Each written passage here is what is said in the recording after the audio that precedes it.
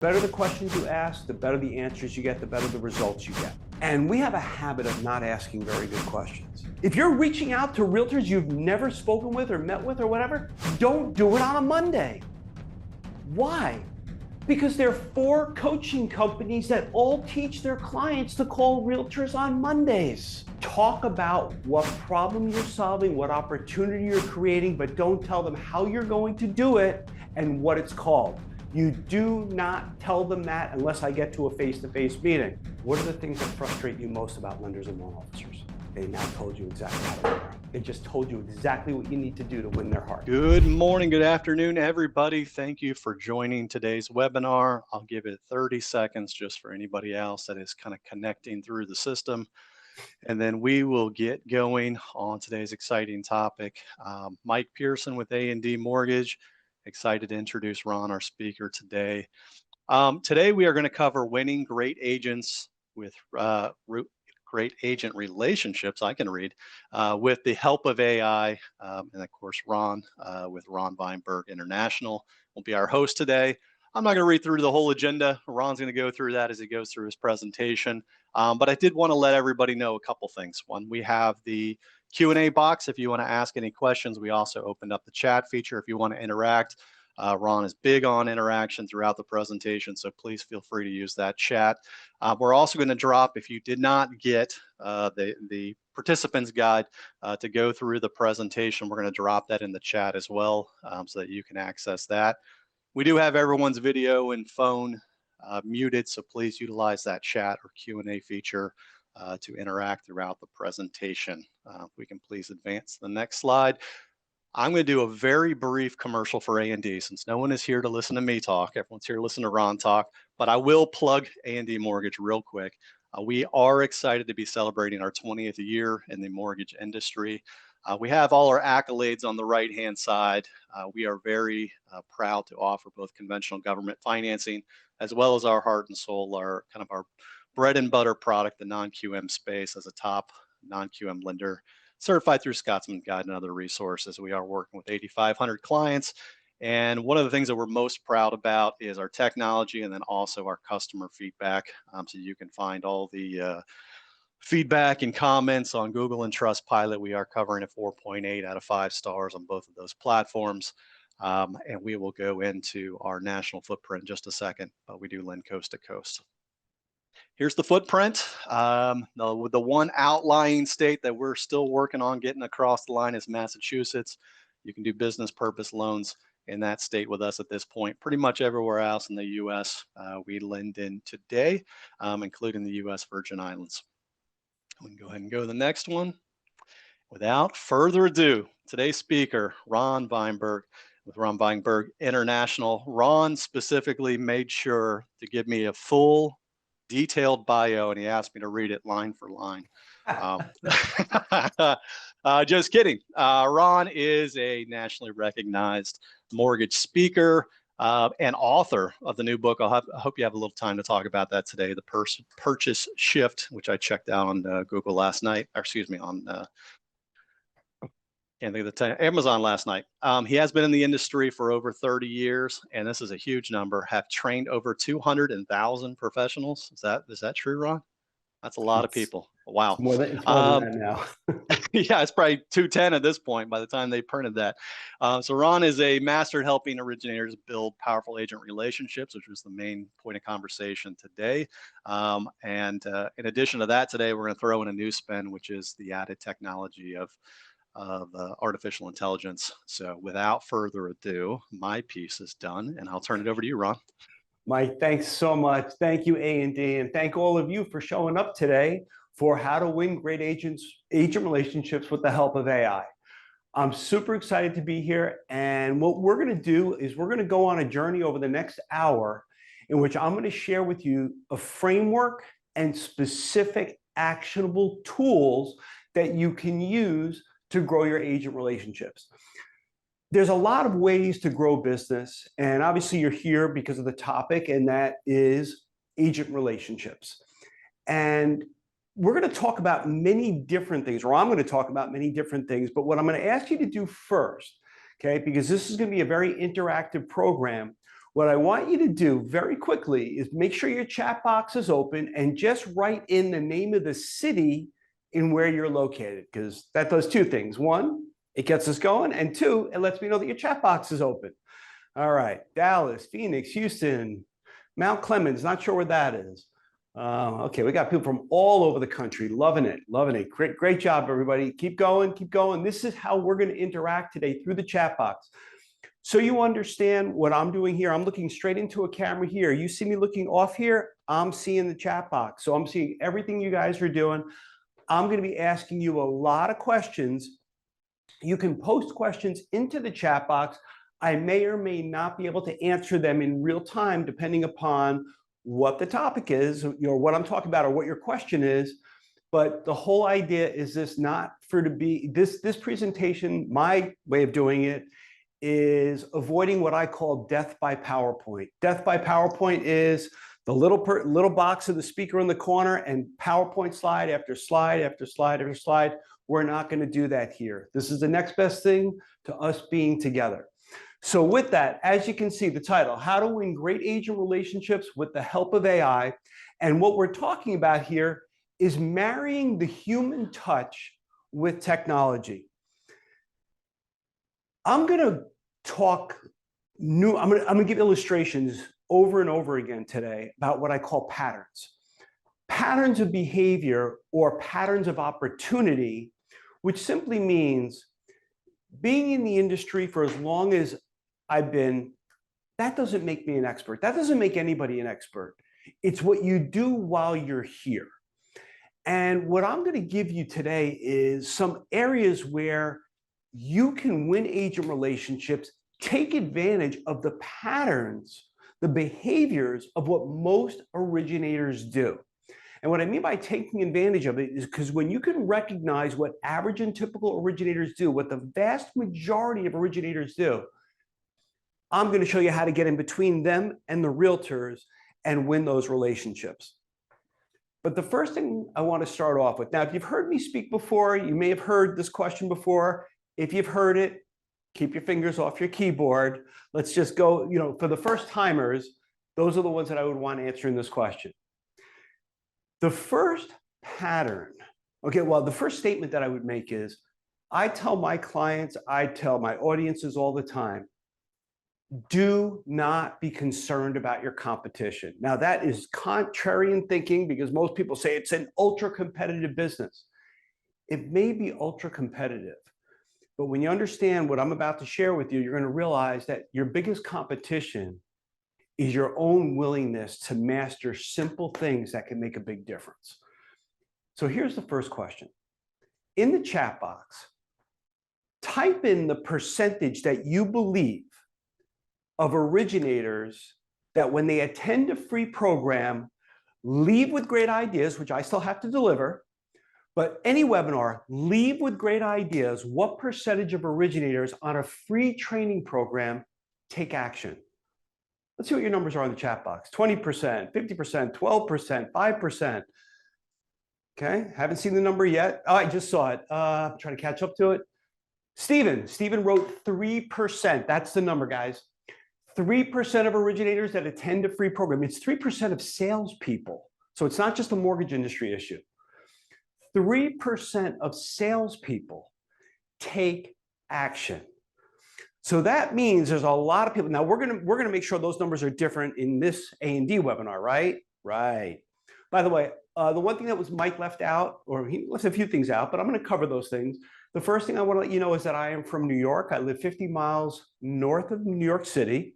Was born in New Jersey. Spent a good portion of really my whole life either on Long Island or in Westchester County, New York. And what that means is what's instilled in me is sarcasm. So sarcasm will be included in the program, absolutely no extra charge. So we know that 3% of originators take action based on what I just told you. Now watch this. Write in the chat box what you think the statistic is for people who pay for a training. Doesn't matter whether they pay $2, $20, $200, $2,000, what percentage of people take action? It's not the same, it's higher. 80%, 20%, 25%. Looking for the number, not yet. 5%, no. 10%, I just saw it. Keeps going, it's moving too fast. Kevin, is it Kevin? Kevin, yes. Kevin nailed it. Kevin, congratulations, 10%. Rod got it right too. Jerome got it also, 10%. So we don't have to worry about the masses. We really don't have to worry about more than 10% of our competitors. But what we have to be willing to do is what our competitors are not. I have 3 pillars to success. The 3 pillars are, if you really want to succeed, if you really want to compete and win, you have to be willing to do what others are not willing to do. You have to be willing to learn what others are not willing to do. So we have the first one, which is what others aren't willing to do, what others aren't willing to do, willing to learn how to do, and what others simply don't know how to do. Those are the 3 pillars, and those 3 pillars represent over 90% of our business. It doesn't mean that if you don't know these pillars, or if you're not willing to do these things, you can't make money in this business, that you can't succeed. Of course you can. But what it means is you can't have a competitive advantage. And your competitive advantage is not your products, your services, or what have you. Products are important. But it's, as you're going to learn through today, it's how you deliver what you're offering that makes all the difference in the world. So I promise you, I'm going to take you through this, but here's the final piece in the introduction. And that is, the majority of people, forget about our business, just in general, human beings, they're looking for easy. They're looking for the easy button. If you remember the Staples commercial, the easy button. What easy means is little to no effort. That's not how you're going to succeed. And that's what most people want. Everything I'm going to present to you, in fact, everything I will present to you, none of it's going to be easy. Well, Ron, then why am I here? Because everything I'm going to present to you is going to be simple. Simple means not complicated, but requires some effort. And if you're willing to make the effort on the simple strategies that I'm going to give you, you will have an incredible competitive advantage. I work with originators all around the country. I've worked with originators in Canada. I've worked with originators in Australia. And everywhere I go, the ones who use these principles on a consistent basis, they will all tell you what Ron teaches. I'm talking about myself in third person. What Ron teaches is not hard, but it requires a little bit of effort and a little bit of a different way of thinking. And that's going to create your competitive advantage. So if you're ready to go, let me know in the chat box you're ready to go, and I'm going to go. But I'm going to just grab a sip of water first. But I need to feel some love in the chat box. All right, cool. So we're going to marry the human touch with technology. And let's get clear, first and foremost, on what AI does. Well, the first thing I will tell you that AI does, and this is not in your handout, it's making people stupider. It's making people dumber. Because people believe they don't have to think anymore. And people are proving this every single day. I always make this joke. I go, if you want to know how dumb people are, just go on social media and go on there for 5 minutes. Look at what people put out there, and the question is asked and answered. Now, I don't care if you go on social media or not. It doesn't make a difference to me. I personally spend little to no time on social media, because what you have to go through to find something valuable is extraordinary. But you still have to be there because others will be looking. So I'm out on social media. I just don't spend a lot of time looking on social media because I find that there's more productive time for me to do things. But it's very easy to become addicted to the thumb scroll, right? Now, I don't know if you're using your thumb, your pointer, whatever it is, but we just keep going and going and going, and it becomes addicting. And we know that the algorithms are built to keep you there, okay? So we have to understand that overall, the human race is not getting smarter, and we believe that AI is an intelligence, and it's not yet. Even though it's called artificial intelligence, let me tell you what AI really is, okay? Now, it is evolving. And 6 months from now, my presentation might be a little bit different because it's already changed. This is probably like the third or fourth not what's the word I'm looking for? Enumeration? No, not enumeration. Version. Third or fourth version of this program where I brought AI into it, where I've consistently had to make adjustments to it. But AI, to me, I'm giving you my opinion, AI is not a solution. AI is a tool. It's a tool to make you better, but it's not a tool to be used instead of you. Let me give you this example. And I wish I had a slide for this, but I don't. Let me know in the chat box if you started to see a whole lot more emails coming in, okay? Even text sometimes, but emails mainly coming in which they have these calendar emojis and these green check boxes and these other things over and over again. And Roberto was the first one to answer, and he said, yes, Gary's 100%, okay? And if you're not seeing this, it's because you're not paying attention. This is all AI. This is people who are going into ChatGPT or Perplexity or whichever program you're using, and they're basically copying and pasting the content into their email. By my own estimation, because I've gotten really good at detecting what's been written by email, just visually, just by reading, what's been written by AI and what's really been edited by human beings, and I'm seeing about 50% is barely edited. Now, my question to you, when you start seeing the same patterns of emails with the emojis and the same font and the same look over and over and over again, my question for you is, does the value of what you're reading go up or down? Just let me know. You can do it with a thumbs up or thumbs down, or you can say up or down in the chat box. Down, down, down, down, down, down, down. Okay. Okay. So I'm not crazy, but this is what people are doing. You want to talk about a pattern? Start copying and pasting everything from chat or whichever program you're going to use, and start putting all these emojis, and everything you're going to put out there is going to get less and less and less effective. Now, I am not the brightest bulb in the room. I've been reminded of that my whole life, and I've done many things to prove that. But I can recognize that when you start seeing something repetitive over and over and over again, and you know that it was written by AI, the person sending it, their credibility goes down. My attention span for what they're sending goes down. The faster I'll hit the delete button is going to go up. And I know that I'm not alone. So I want you to understand, I'm not saying don't use AI. It's a tool, but take that information and make it look good, because most people are not even doing that anymore. Not all, but most. Am I making sense? Yes or no? And we're just getting started here, but I just want to know if I'm making sense. Okay, cool. I call it my super collaborator. You can ask it anything. You can ask it anything, and it goes out and it looks for information. That's what it does. It can do it faster than any human being. It can do it faster than any human being, but it doesn't think. And people think it does, and it doesn't. Okay? AI has limitations. AI doesn't understand real-time emotions. It's getting better, but it's still a long way off, because if you ask it to start trying to connect and you insert emotions or to create emotional triggers in a message, it uses words that none of us would ever use. It uses words, I don't know why it feels it has to make itself look more intelligent or not. Okay, I'm not a programmer, but it uses words that we would just never use in typical conversation. It doesn't think for itself. What it does,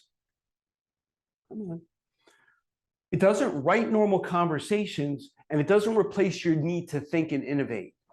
What AI does is it goes out and searches the internet. In fact, this is an advancement that's really happened over the last 6 to 8 months. Originally, when AI came out, it didn't even search the internet. It downloaded a data set based upon a specific date and time. It downloaded it into the servers of Chat or wherever it is, or Gemini or what have you.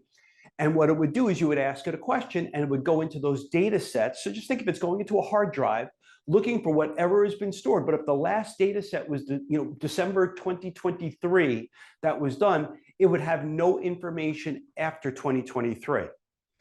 Now we're starting to see with chat that it's searching the internet. That's a new feature that they've added, which is giving a little bit slower response times. You'll see it now when you do Google. Sometimes you'll get a Gemini response right on the top where it's giving you information, and sometimes you don't.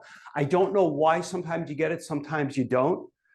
But I also know that sometimes what you get is not accurate. I had that experience last night for 4 hours. 4 hours because we were trying to do something with this broadcast software that I'm using right now with you. I'm not just straight into Zoom. I have a whole broadcast feature program here, and trying to set up something. You would think it was simple to be able to set up remote access. Okay, 4 hours of Googling and using Gemini and using chat, asking it the right questions, which I'm really good at, giving me instructions, and I kept going into dead ends. Because it would say, yes, you've done this right, but now you need to do this. And I went through like 3 or 4 of them. And then finally I got to another prompt. I gave it another question, and it came back and said, oh yeah, but the software program in the latest version got rid of this feature. Okay. Yes, my computer did not get thrown across the room, although I felt like doing it. Okay. You get my point. It doesn't think, it just searches for what's out there. And I hope I don't lose you on this, but not everything on the internet is truthful or accurate. Just saying. Just wanted to make sure that everybody knows it's not true, or everything is not truthful or accurate. It doesn't think for itself. It doesn't write normal conversations, and it doesn't replace your need to think and innovate. It just helps you collaborate. The more, sorry, Michael wrote sarcasm alert. Michael, I'm just getting started with sarcasm. Okay. By the way, when I use sarcasm, I just hope everybody understands. Take it in the fun that it's intended. It's not. I never look to offend anyone. Okay. Although in this day and age, it's almost impossible not to offend somebody by saying something, but that's never my goal. But sarcasm is part of who I am. So we're going to take now, we've got AI. Now, how do we put it into 5 steps to winning great agent relationships? So the 5 steps that we're going to go through is create your target list, research, create and master your value positioning, which put a circle in around number 3, because this is where we're going to spend a good amount of time. Whoop. Number 4, gain attention and make appointments. And number 5, prepare and deliver your compelling presentation. These are the 5 steps that I'm going to take us through. But let's just start off with creating our target list. So creating our target list, here are some questions, okay? Where is your ideal market? Who do you want to connect with in that market? And then it says create your dream 100, but I want to give you a couple of other questions, okay? What do you do really well?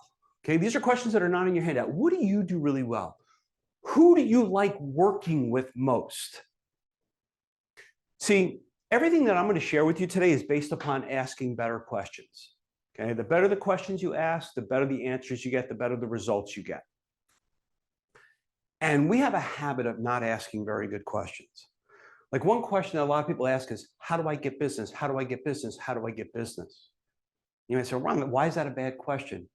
Okay, it's not a bad question. It's just not the best question.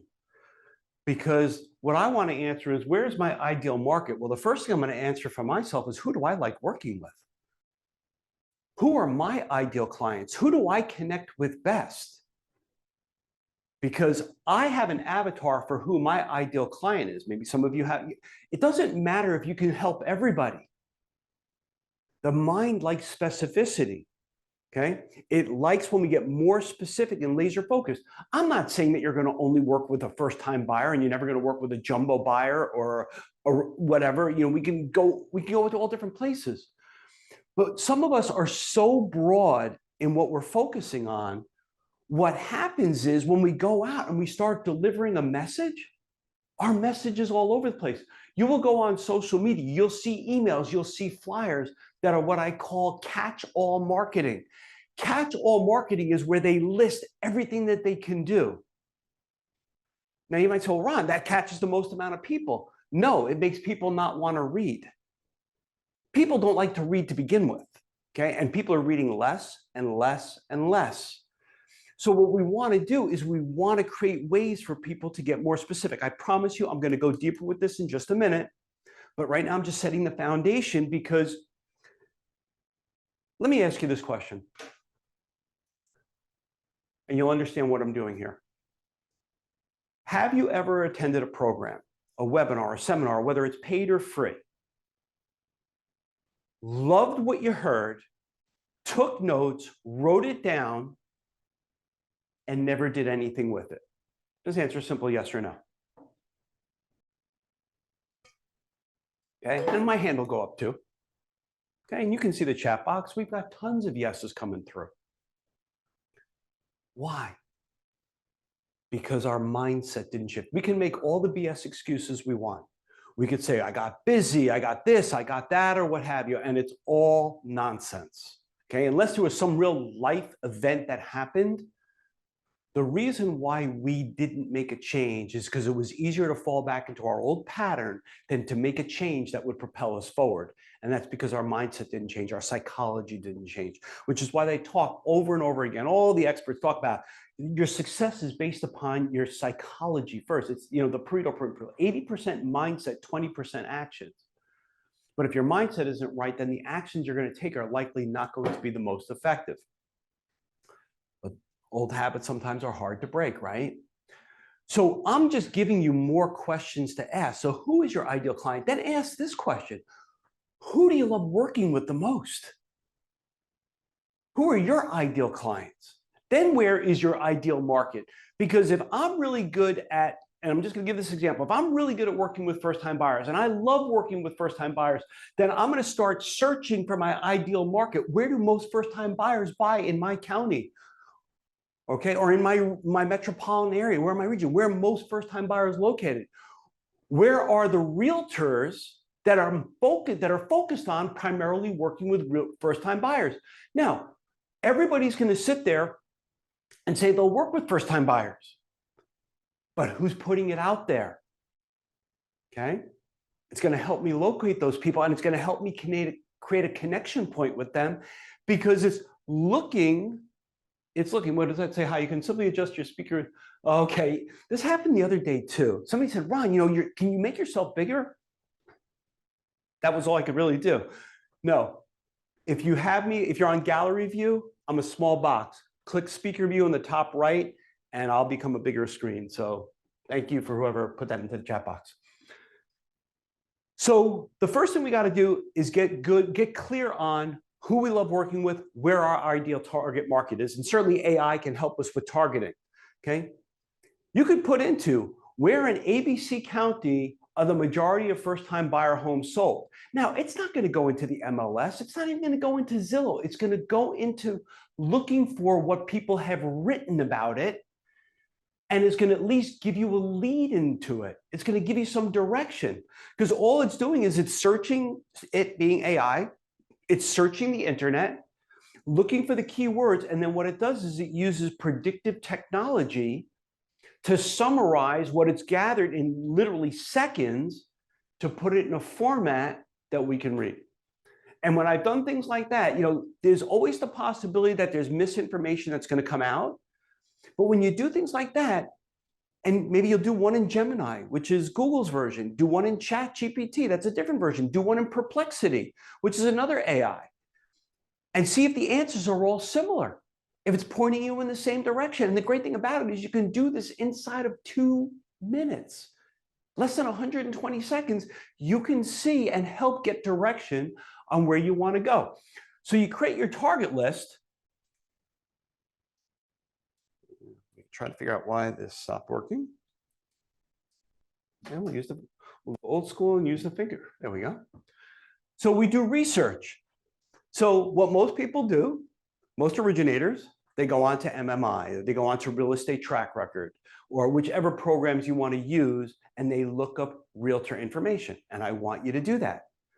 Okay. And AI cannot get that information because it cannot get through paywalls. Okay. It cannot get through paywalls. So we're going to go and get our minimum standards. No big deal.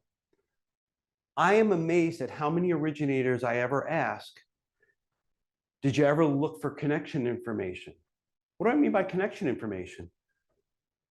Type into, again, I'm a big user of chat, but I use them all. Okay, go into ChatGPT. I'm a mortgage professional looking to develop a relationship with Joe Smith, Realtor at ABC Real Estate. Please find me all available information on Joe, both in his profession, business profession as a realtor, current listings that he may have in the market, and even awards and personal information, anything that I can use to connect with Joe. Enter. And inside of 40 seconds, I'm going to have a whole bunch of stuff that it's going to find on Joe, unless Joe doesn't have much of a presence out there. If Joe doesn't have much of a presence out there, you're not going to find much of anything on Joe. But I used to, before we had AI, my training used to be go onto Google and look at their website, look at their Zillow, look at their realtor.com, look here, look there, look everywhere. You don't have to do that anymore. Instead of taking what used to be 15 minutes, you can now do it in 2 minutes.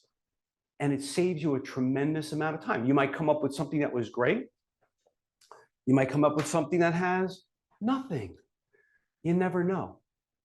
But you don't know unless you do it.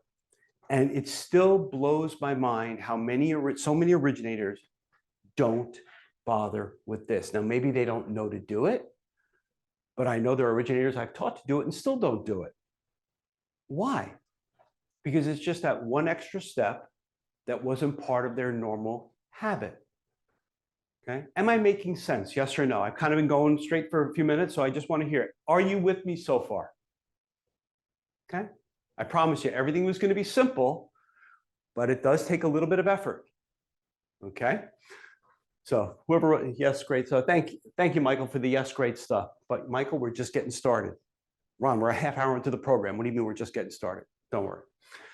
So we've got steps 1 and 2.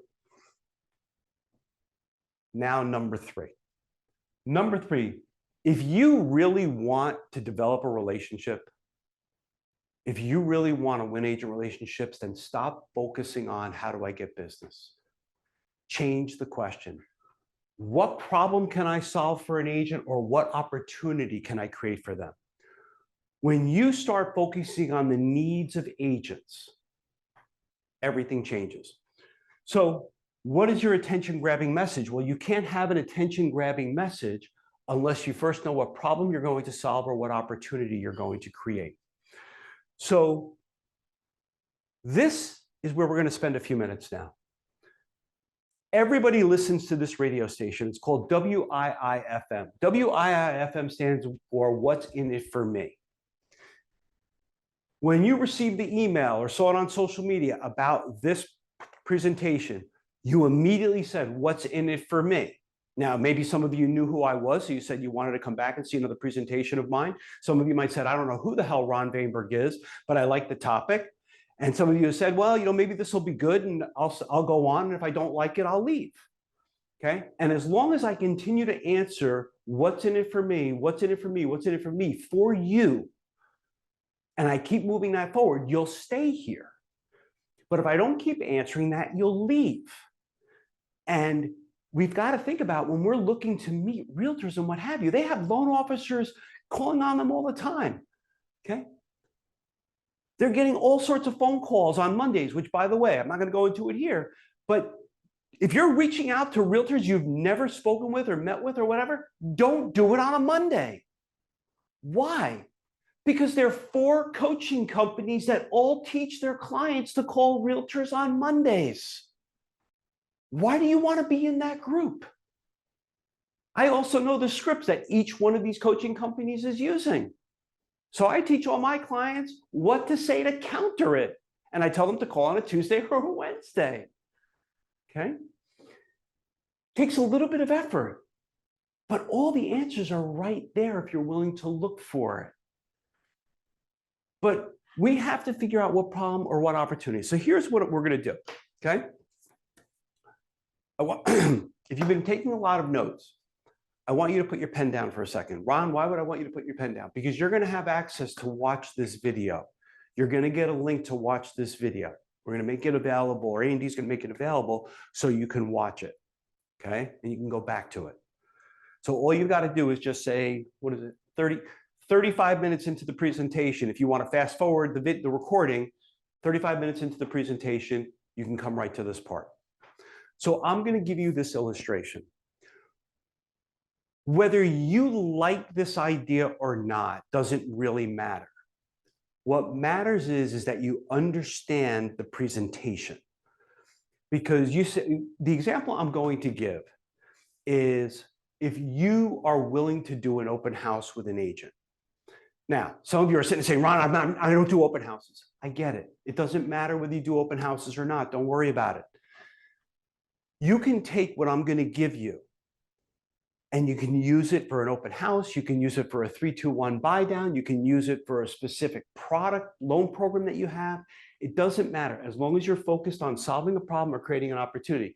I'm just going to give you this simple example, this very powerful example, to show you how simple it is to overcome the challenges that most realtors put in front of you, the roadblocks, which is, I have an existing relationship, I have an in-house lender, I only do listings. Those are the 3 top objections or roadblocks that realtors put up in front of loan officers. There are others, but those are the top 3.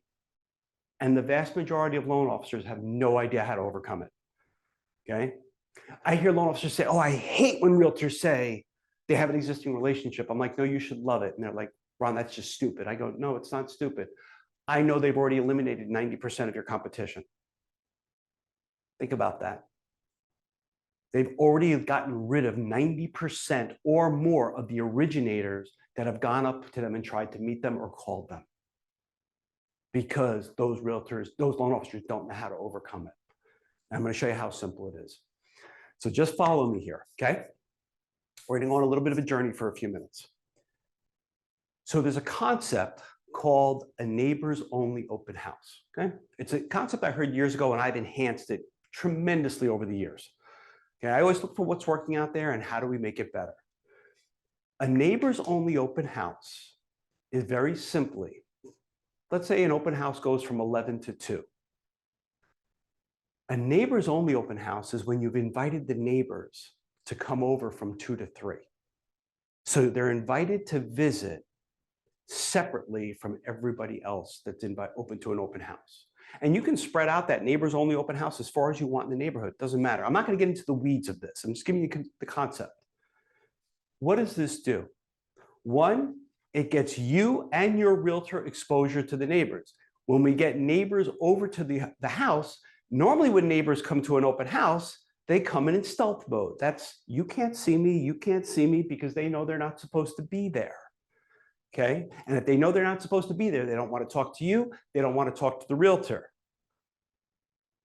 But if they're invited, we've already broken down one barrier because now they're welcomed. And if they show up between 2 and 3, you know they're a neighbor. Okay, I'm so glad you could make it. Okay, and all of a sudden their guard and resistance has disappeared. Okay, so super simple. We're not done yet. How you get them to the neighbors, how you get them to show up could be through door hangers. It could be through door knocking. It could be through putting it out on, Nextdoor. It could be out on social media. It could be whatever you want. There's all different ways for you to make it known in the neighborhood that they are going to be invited, and you do this in advance. You're going to have even some neighbors who are going to call you up or the realtor up, wherever the RSVP is, and they're going to say, look, I can't come between 2 and 3. Could I come earlier?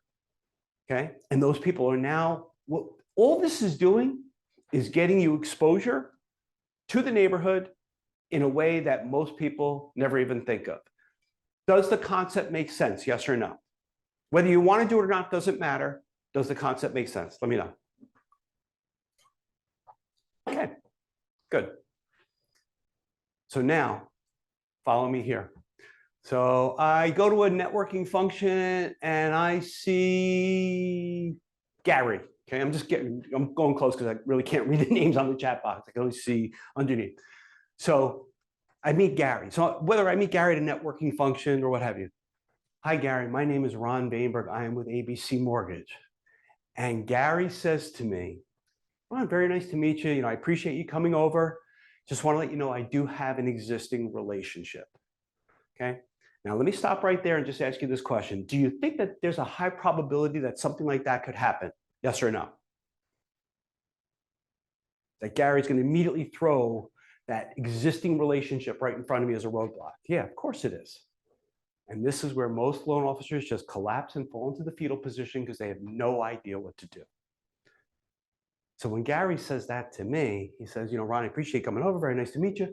I do have," and maybe the conversation goes on a little bit longer, but sooner or later, Gary has an existing relationship. And I say, "Gary, I appreciate you being honest with me.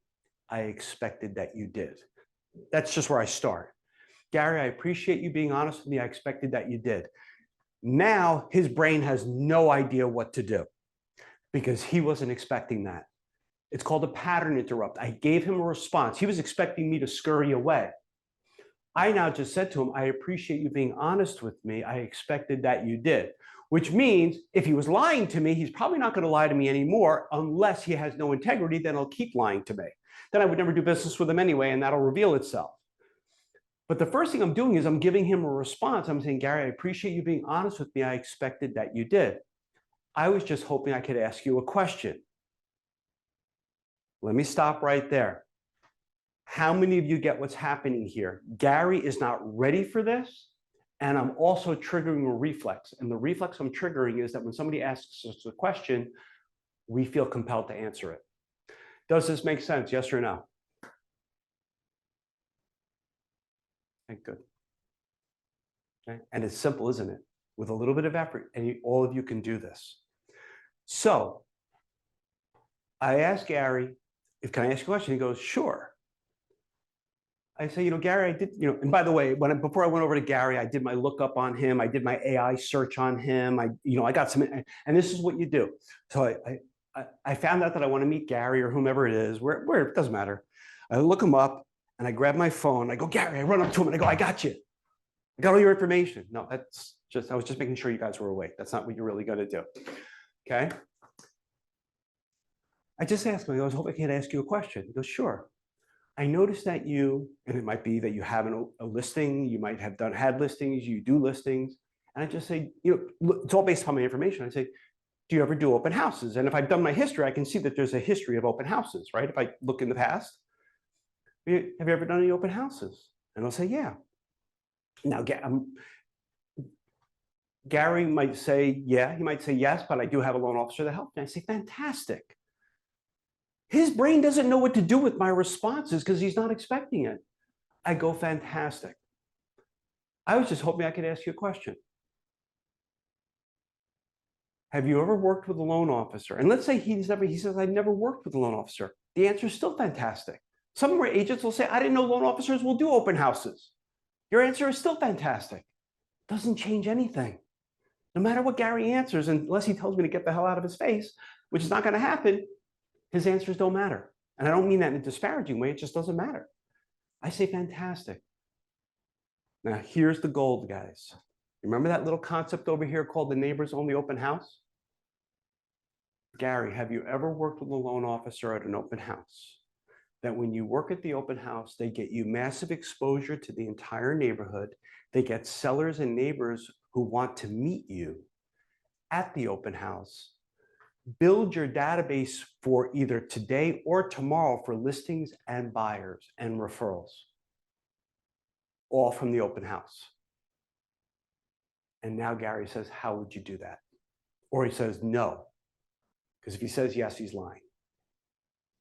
And here's the concept.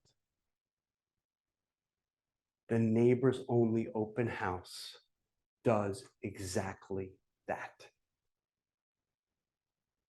Let that sink in for a second.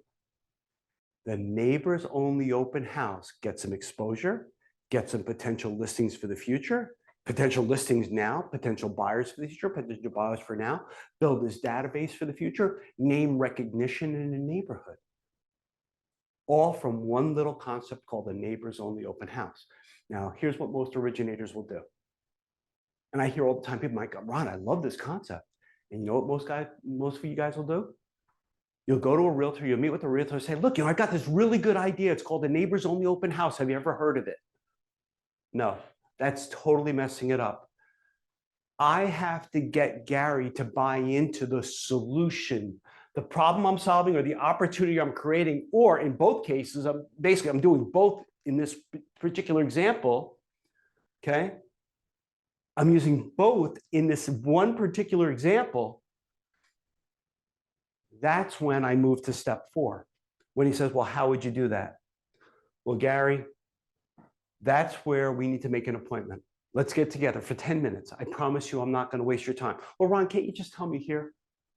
Gary, I promise you I am not going to waste your time. And if I can help you do all of this at your next open house, wouldn't that be worth meeting for 10 minutes? See, I have a rule. If Gary doesn't meet with me, doesn't set an appointment with me, he ain't getting the idea, which is why you can't tell him what the idea is. You can't even give him the name of it. You can just tell him what it does, because Gary buys into what it does, and that's what's used to gain the attention and make the appointment. And most loan officers, when the realtor pushes back and says, well, can't you just tell me now? You're going to go, blah, and you're going to give it out. No, do not do that. You hold on to this because that's your power move. You don't, and whether you're using a neighbors only open house or any other strategy, it doesn't matter. The the concept is exactly the same. Talk about what problem you're solving, what opportunity you're creating, but don't tell them how you're going to do it and what it's called. You do not tell them that unless I get to a face-to-face meeting. Because the face-to-face meeting, there's a lot more that's going to go on than just that. Because I'm not going to build my relationship just based upon a neighbors only open house. But my neighbors only open house, or whatever concept you want to use, is the door opener. It's the appointment getter. So let me pause for a second and ask, does this make sense? Yes or no?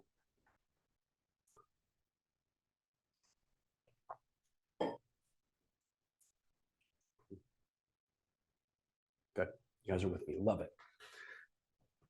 Most originators, when the realtor asks, can you just tell me now? They're going to give it away. You lose. The moment you, because then here's what they're going to do. They're going to say, oh, yeah, that's very interesting. And you're going to go for the appointment. Well, not really sure, what have you. And then they're going to go to their loan officer and they're going to sit there and say, have you ever heard of this idea? And the moment their loan officer says no, or they poo-poo it, you're done. You've lost all the momentum because you gave it away before you had the chance to meet with them. Okay? And see, I have a very simple rule. In fact, I want you to write this down. We're back to writing things down now. What I want you to write down is, I now know from today forward. Write this down. I now know from today forward. I now know from today forward that the universe, I now know from today forward that the universe guarantees me. I now know from today forward that the universe guarantees me an unlimited supply of realtors. Okay? Because there's an unlimited supply. When you start approaching this from a mindset of scarcity, you're done. Because you're afraid of making a mistake. You're afraid of blowing it. You're going to make mistakes. And again, the neighbors only open house is just one single concept. Okay? It's a concept that gives someone exposure in a way that they would never normally get in their open house. What do they normally do? They put signs out, they have directionals, they have arrows, and whoever shows up and shows up. And that's pretty much all the exposure any realtor ever gets at a typical open house. But now when you start inviting people and separating them from everybody else, it's creating opportunity. I have clients who will talk to realtors about a neighbors only open house. They've never had to do one of them, but yet they're getting business from the agents now. Because sometimes just a concept that can work, even if it's never executed, creates value in the agent's mind that you're different, unique, and I should be working with you. But you can do this with anything. You can do this with ratios. You can do this with a loan program. It doesn't matter that everybody else can do it. What matters is who's talking about it the right way, whether it's a product. Let me give one real quick example. Another quick example. Okay, almost everybody can do down payment assistance. And I promise you, I apologize, I don't know the programs for A&D and what have you. So I'm just giving just random examples. So guys, I do apologize for that. But DPA always comes up. So everybody talks about DPA. And I say, stop talking about DPA. Just ask a realtor. Do you ever have borrowers that have little to no money for down payment? Do you ever have borrowers that need assistance with down payment or closing costs? Have you ever worked with a loan officer who is a specialist at down payment assistance? Or I could say, you're probably aware that most loan officers offer down payment assistance, but they either don't like to or don't fully understand it. Have you ever worked with an expert at down payment assistance And they're usually going to say no, or what is it, what's an expert? And it's someone who is, and it's all how you presented yourself. It's how you positioned yourself from a place of strength. Okay. I hope you're getting to notice that how I'm presenting and how I ask the questions is what separates me in these scenarios. And you can do it too. It just takes time, a little bit of effort. None of it's hard. It's all simple, but it does take effort. And the vast majority of loan officers will never make the effort. Usually it's about 97% because this is a free program. 97% will never make the effort. Your competition is not the whole mortgage world. It's the small percentage of originators that they don't have to do what I do, but they're out there being more effective and more deliberate than the average and typical LO. So we create a contact plan. And remember, nothing happens until you make an appointment, until you send an email, you send a text, do follow-up, whatever it is to get in front of that person, either face-to-face or virtually. That's how you win relationships. But I've given you now a framework to get the appointment, which is the truth of the matter is that is the hardest part of everything. The hardest part is getting in front of that that agent, and creating enough value for them to want to engage with you, at least have a conversation, because once I get in front of you, winning you becomes real easy. If you're a realtor, it becomes really easy. No, I'm sorry, not easy, wrong word, simple for me to win that relationship, for me to displace my competition. One of my favorite things to do is displace my competition. I look at what everybody else is doing and I find out how to get in between. Just like I gave you the example. Everybody's calling on Mondays and they're using scripts like, I've heard really good things about you and I thought I would do good. I should reach out to you. Okay, so we can meet. I can find out more about your business. Does this work? Absolutely. It works wonderful until one of my clients calls that same realtor and says, by the way, I'm just curious, after they've done their introduction, I'm just curious, do you find that a lot of loan officers call on Mondays? And the realtor says, yes. And I go, have you ever had a loan officer say that they've heard interesting things about you and that's why they wanted to meet you? And the realtor's going to say, yes. And I'll say, do you like to have fun? And they're going to say, yes. I'll say, then ask the next time one of those loan officers calls on a Monday with that script, ask them, what did they hear and who did they hear it from? And I know you guys are laughing now. Because the moment the realtor does that to the loan officer on a Monday, the moment a loan officer calls using that script, they're dead. They are dead at that moment, because I've already positioned them in their mind to realize what's happening on a Monday. How many of you get what I just did? Somebody give me a simple yes or no.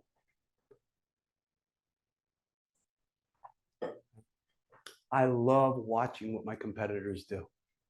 I can take any script that anybody's doing and I can make it work against them. So can you, if you're willing to give some thought to it. This is what I do all day with clients.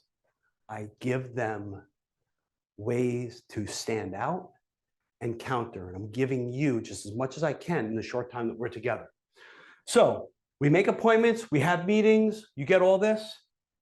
Now we have a meeting, have a real presentation. Don't just wing it, okay? Winging it is the #1 used presentation. Very simple, okay? I have a 7-step ultimate agent presentation. But putting that aside, okay? Putting that aside for just a second. If you do nothing else, when you get to this face-to-face meeting, You sit down with the agent, go through the pleasantries, go through the greeting, and then simply ask them, before we get started, can I ask you the simple question that I ask every agent that I meet with? Okay. And they'll say, sure. And I'll say, promise me you will not name a lender or a loan officer. And their brain's like, huh? Yeah, I do not want any names or loan officers. Promise me. And they'll say, okay. What are the things that frustrate you most about lenders and loan officers? And ladies and gentlemen, they start answering that question for you. Guess what? They now told you exactly how to win them. They just told you exactly what you need to do to win their heart. Because guess who they're talking about? They're talking about loan officers, and they're talking about their loan officer because they never exclude them from the conversation. That's a ninja strategy. How many of you get what I just did? Let me know in the chat box.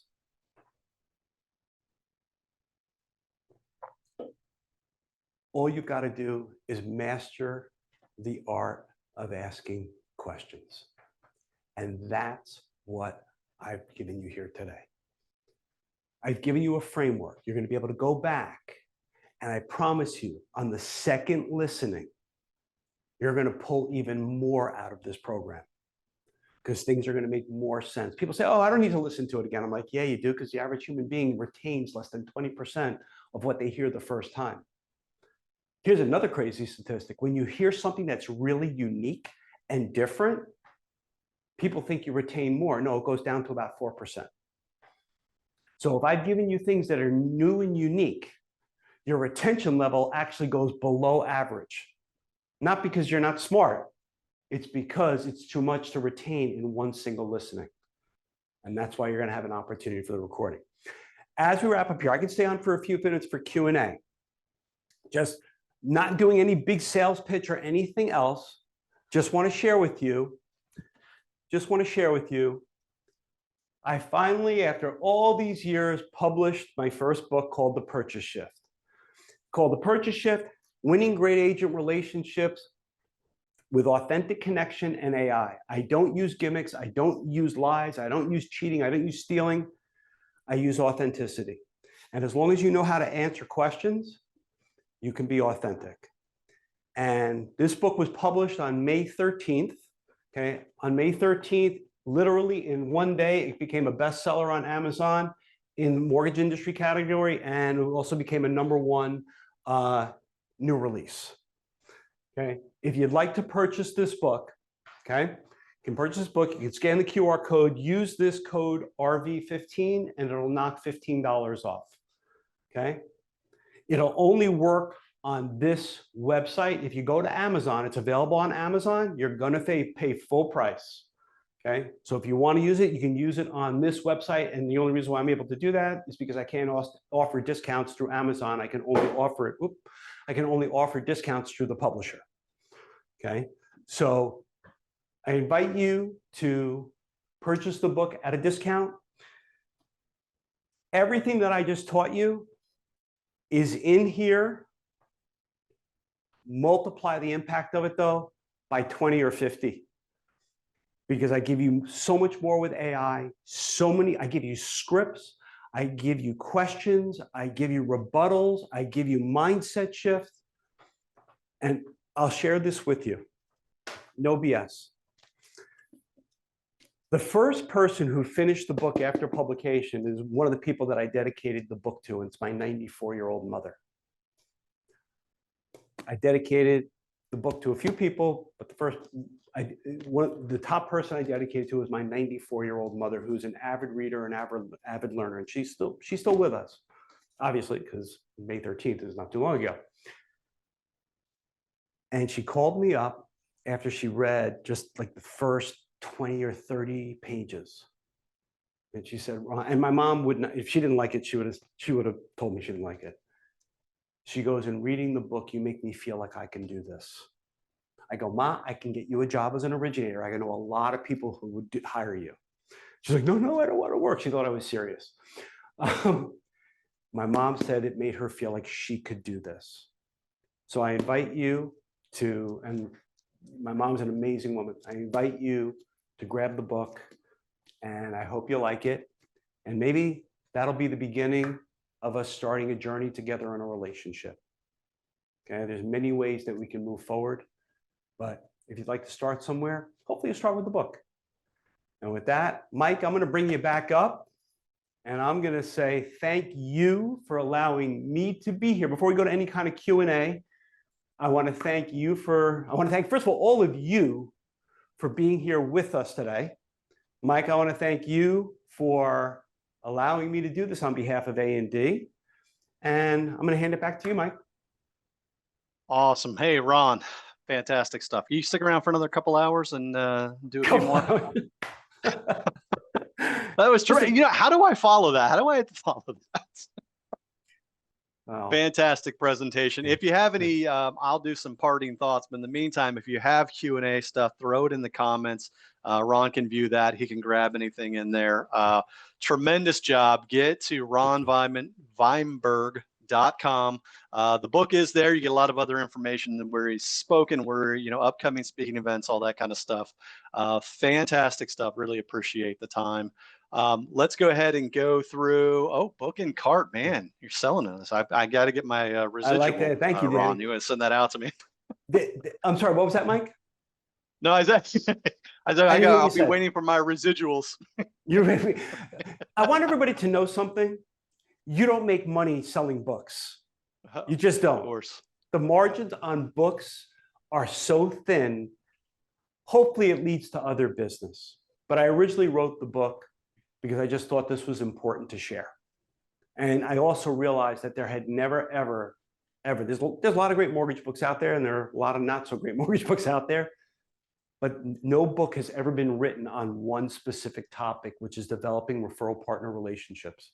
Leave out the AI part. No one book has ever been on one topic in the mortgage industry. They're more general, and that's why I wrote this book. I have more books that I'll be writing, but this was my first book, and I will tell you, it's one of the hardest things I ever did because I wrote it in 6 months. And no, AI did not write it. I wrote it. Wow. Fantastic. I did see a comment. Oh, yeah, go ahead. Yeah, go ahead, Ron. Yeah, I was just going to say, Josh wrote, is this going to be recorded? Yes, Josh, this has been recorded, and they're going to send out a link for you to be able to access the recording of it. There was also a question much earlier that I saw that somebody asked me, you know, what am I using here? Okay, this is what's called a vibe board. Okay, it's a vibe board. I have this special software which goes out through Zoom. I'm not going straight to Zoom. I'm going through software that you can't see here. It's basically studio production software. But yeah, this is a vibe board, and it's basically a very expensive smart board. And but it's all built in without a camera on top, or not without a projector. It's all self-projected. But it's one of the best tools I've ever purchased. Mike, are there any questions in the question box? We got the coupon code. I put it's RV15, right? RV15. RV15. Yep. Perfect. There you go. Excellent. All right. If you can go ahead and progress the presentation, we'll finish up the A&D portion here. One quick announcement. Excited to announce our FHA FICOs have now dropped to 580. So continue to look for us as one of your government investors. We'd love to work with you. Let's go to the next one here. Hey, if Mike, you'd like to subscribe. Yeah, go ahead, Ron. Can I throw in a bonus? Please. Go back a slide. All right, there you go. Okay. FICOs, FHA. So go ahead. Not everybody does 580 on FHA, and I'm not a product expert. True. Okay. So here's a question. You've got now a product that goes down to 580. You want to ask a realtor a question to set up the use for this product. Have you ever had a borrower who really wanted to buy a house, but they had some credit challenges that not all lenders would necessarily understand? And that sets up now. Well, the reason why I'm asking is because I happen to have a relationship with a particular lender. You don't say the A&D, with a particular lender that has the ability to help borrowers in ways that average and typical lenders won't even touch. There you go. Just set up this program. Every one of you has access to this program, but the one who sets it up is the one who's going to get the most bang for your buck out of it. So there you go. Don't be the 3%, right? Don't be the 3%. No, be the 3%. I want my residuals. Don't be the 97. There you go. Checks in the mail. Fantastic. Next slide, please. You can scan this to get our emails and correspondence. You can also go to our website, admortgage.com, and stay in tune with everything that we're doing, including trainings, upcoming trainings, and stuff like that. Let's go ahead and go to the next one. Speaking of upcoming webinars, we have 3 exciting ones coming in the next 30 days. Our ever popular Advantage Loyalty Program, we'll do another workshop on that. That's a great way to get some information on what the program is if you haven't used it before. If you have, it goes through opportunities and ways to earn points and redeem those points. Those are great workshops, very hands-on to go through that program. We have our broker orientation on July 8th.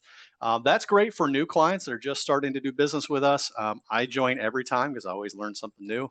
There's always something updated. There's always something new rolling out. So it's great to attend all the time. So feel free to register whether you're new or someone that's been working with us a long time. And then last but not least, speaking of FHA, we have our FHA webinar overview to come out July 17th. So we should maybe even have some more updates on FHA by that time. So super excited about that. If you are not currently a partner, I hope you all are. If you're not, you can